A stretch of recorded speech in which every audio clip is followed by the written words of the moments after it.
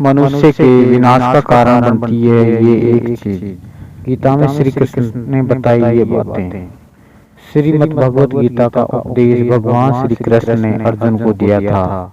यह एकमात्र ऐसा ग्रंथ है जो मनुष्य को जीवन जीने का सही ढंग बताता है। गीता जीवन में धर्म, कर्म और प्रेम का पाठ पढ़ाती है। श्रीमद् भगवत गीता का ज्ञान मानव जीवन के लिए बहुत उपयोगी माना गया है। गीता संपूर्ण जीवन दर्शन है और उसका अनुसरण करने वाला व्यक्ति सर्वश्रेष्ठ होता है। श्रीमद् भगवत गीता में भगवान कृष्ण के उपदेशों का वर्णन है जो उन्होंने महाभारत युद्ध के दौरान अर्जुन को दिए थे। गीता की बातों को जीवन में अपनाने से व्यक्ति को खूब तरक्की मिलती है। गीता में श्री कृष्ण ने बताया कि मनुष्य का विनाश कब होने लगता है। आइए जानते हैं इस वीडियो के माध्यम से। गीता में भगवान श्री कृष्ण कहते हैं कि क्रोध से भ्रम पैदा होता है, भ्रम से बुद्धि व्यग्र होती है और जब बुद्धि व्यग्र होती है तब तर्क नष्ट हो जाता है। जब तर्क नष्ट होता है तब व्यक्ति का पतन हो जाता है। गीता में भगवान श्री कृष्ण कहते हैं कि मनुष्य को कभी भी अहंकार नहीं करना चाहिए। अहंकार मनुष्य से वह सब करवाता है जो उसके लिए सही नहीं है। अंत में यह अहंकार ही उसके विनाश का कारण बनता है। इसलिए जीवन में जितना जल्दी हो सके अपना अहंकार त्याग देना चाहिए। गीता में भगवान श्री कृष्ण कहते हैं कि किसी भी इंसान का पतन उस समय शुरू हो जाता है जब वो अपनों को गिराने की सलाह गैरों से लेना शुरू कर देता है।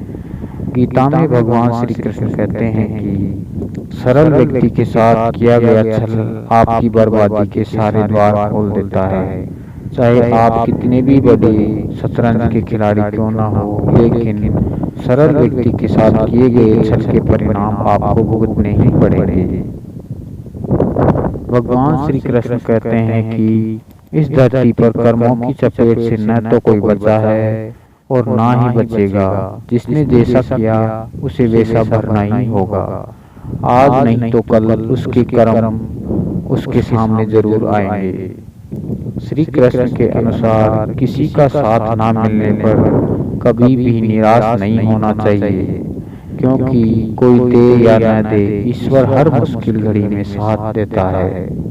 गीता में श्री कृष्ण कहते हैं कि जब अत्याचारों को मुस्कुरा कर सहा जाता है तो उस इंसान का बदला भगवान स्वयं लेते हैं। इसलिए किसी भी परिस्थिति में मुस्कुराना नहीं छोड़ना चाहिए। गीता के अनुसार व्यक्ति को कभी भी अपने कर्मों पर संदेह नहीं करना चाहिए। ऐसा करने से व्यक्ति खुद का सर्वनाश कर बैठता है। इसलिए सफलता प्राप्त करना चाहते हैं तो जो भी कार्य करे उसे पूरे विश्वास के साथ बिना किसी संदेह के पूरा करें, तभी आप सफलता के पथ पर आगे बढ़ेंगे। भगवान श्री कृष्ण कहते हैं कि मनुष्य अपने विश्वास से निर्मित होता है। जैसा वह विश्वास करता है वैसा वह बन जाता है। सदैव संदेह करने वाले व्यक्ति के लिए प्रसन्नता न इस लोक में है और न ही परलोक में।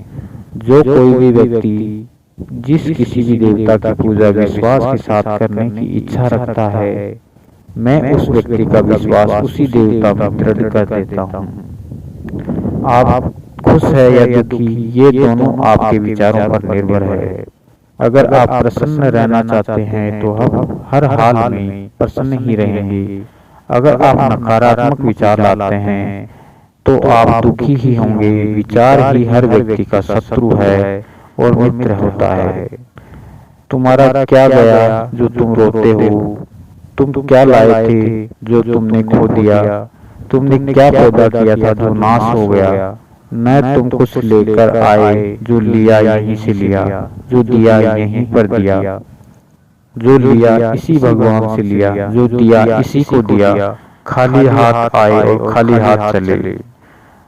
जो आज तुम्हारा है कल किसी और का था, परसों किसी और का होगा। तुम इसे अपना समझकर मग्न हो रहे हो। बस यही प्रसन्नता तुम्हारी दुखों का कारण है। भगवान श्री कृष्ण कहते हैं कि क्यों व्यर्थ की चिंता करते हो? किससे व्यर्थ डरते हो?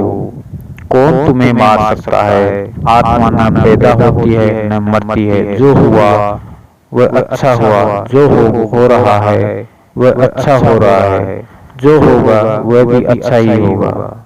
तुम भूत का पश्चाताप न करो, भविष्य की चिंता न करो। वर्तमान चल रहा है, व्यर्थ की चिंता छोड़ वर्तमान में जियो। परिवर्तन संसार का नियम है। जिसे तुम मृत्यु समझते हो वह तो जीवन है। एक क्षण में तुम करोड़ों के स्वामी बन जाते हो, तो दूसरे ही क्षण तुम दरिद्र हो जाते हो।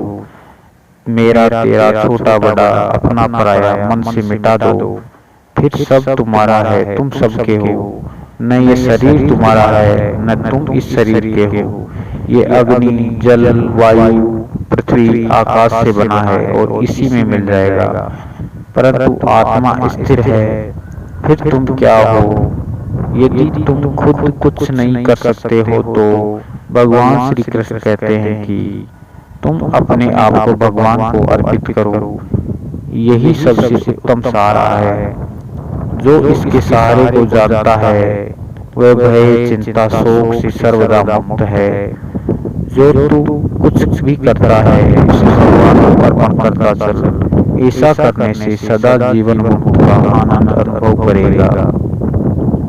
सारे धर्मों का त्याग कर मेरी शरण में जाओ। गीता में भगवान श्री कृष्ण अर्जुन से कहते हैं कि हे अर्जुन, तेरे और मेरे कितने ही जन्म हो चुके हैं। आज जिसे तू अपना समझ रहा है वे पूर्व जन्म में तेरे नहीं थे।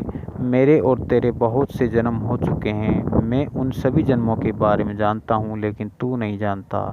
कर्म पर ही तुम्हारा अधिकार है, लेकिन कर्म के फलों में कभी नहीं। इसलिए कर्म को फल के लिए मत करो और न ही काम करने में तुम्हारी आसक्ति हो। जिसका मन अपने वश में है, जितेंद्रिय एवं विशुद्ध अंतःकरण वाला है, संपूर्ण प्राणियों का आत्म रूप परमात्मा ही जिसका आत्मा है, ऐसा कर्मयोगी कर्म करता हुआ भी लिप्त नहीं होता। कर्मों में कुशलता को ही योग कहते हैं।